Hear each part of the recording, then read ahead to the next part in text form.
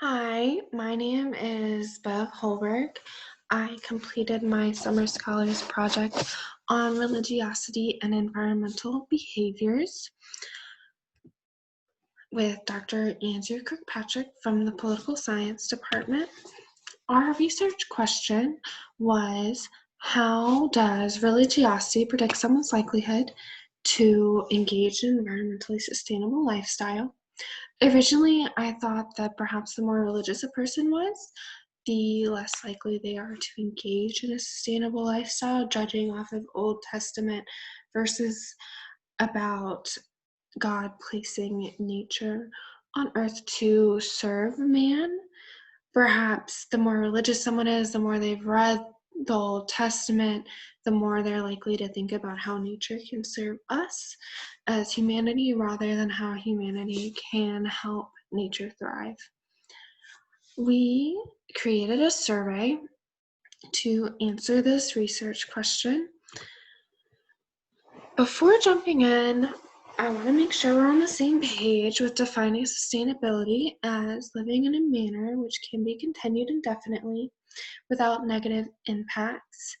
In terms of current events, this would mean limiting our fossil fuel use in order to combat climate change, because currently we cannot continue using fossil fuels at the rate we are and live indefinitely. The main ways, in my opinion, to live sustainably is by limiting waste and consumption through shorter showers, turning off lights after exiting a room, carpooling, composting, recycling, and switching to a vegetarian or vegan diet, just as a few examples. This is not an exhaustive list. A second part of sustainable practices would be supporting legislation which is aimed to limit our waste and consumption. For the literature that I read, there is a lot on Christianity and the environment.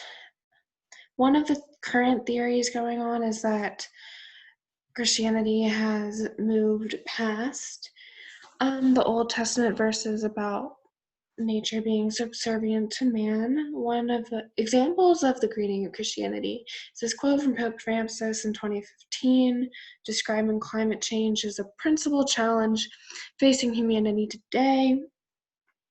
Another point that I think is important is the fact that environmentalists tend to use religious language to inspire preservation of nature as a means of human salvation. For example, describing wilderness areas as cathedrals.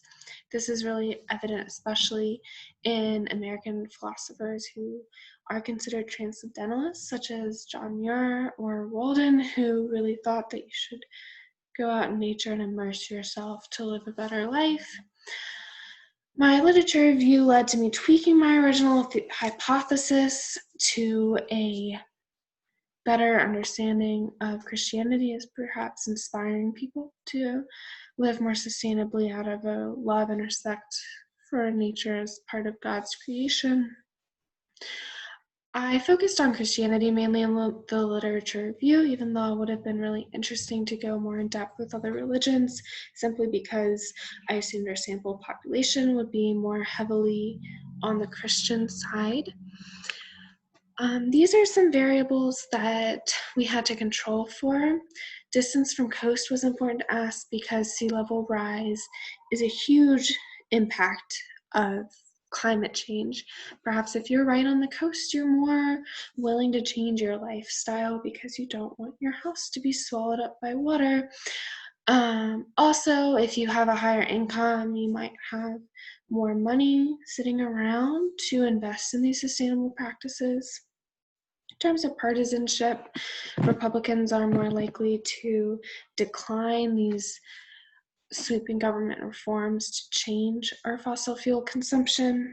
An issue that I find really interesting is how time spent in nature could potentially impact your lifestyle, because if you've grown up having really positive interactions with nature, that seems to bode well for how much you value nature in your adulthood. We also controlled for gender, whether you lived in a city or on a farm, how educated respondents were, and also generation. Starting in the 80s, people just spent more time playing video games instead of playing outside, so perhaps that has a big difference in lifestyles. If you're spending your childhood playing video games instead of building those firm bonds with nature, that could really have an impact on environmental sustainability as well. Jumping into our survey, we use Google Forms. We see here that most people, at least sometimes, try and limit their waste through composting, avoiding plastics, recycling, or thrift shopping is a great way to limit consumption.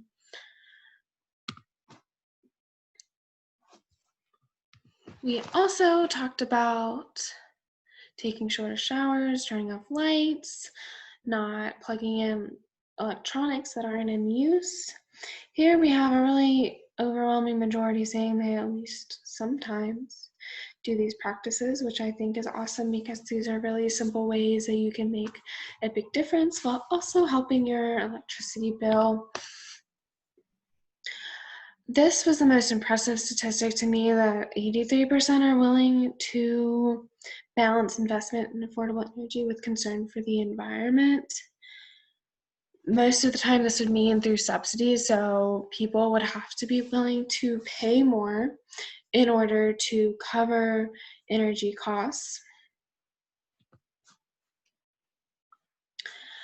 The next big thing that the survey studied is religiosity. According to Pew Research Center surveys that I read as part of my literature review, our society is declining in religiosity. I think through the next few slides, you'll see that in proof, the fact that that the largest proportion here never prays, 30%. Here we see that the majority of people only read a religious text several times a year. And here we see that the largest proportion never attends religious services outside of weddings and funerals. This was a bit surprising that 43% of people have no doubt that God exists, despite not really attending religious services or praying or reading sacred books. However, I do think the past few slides are in favor of that Pew survey I mentioned, claiming that society's religiosity is going down.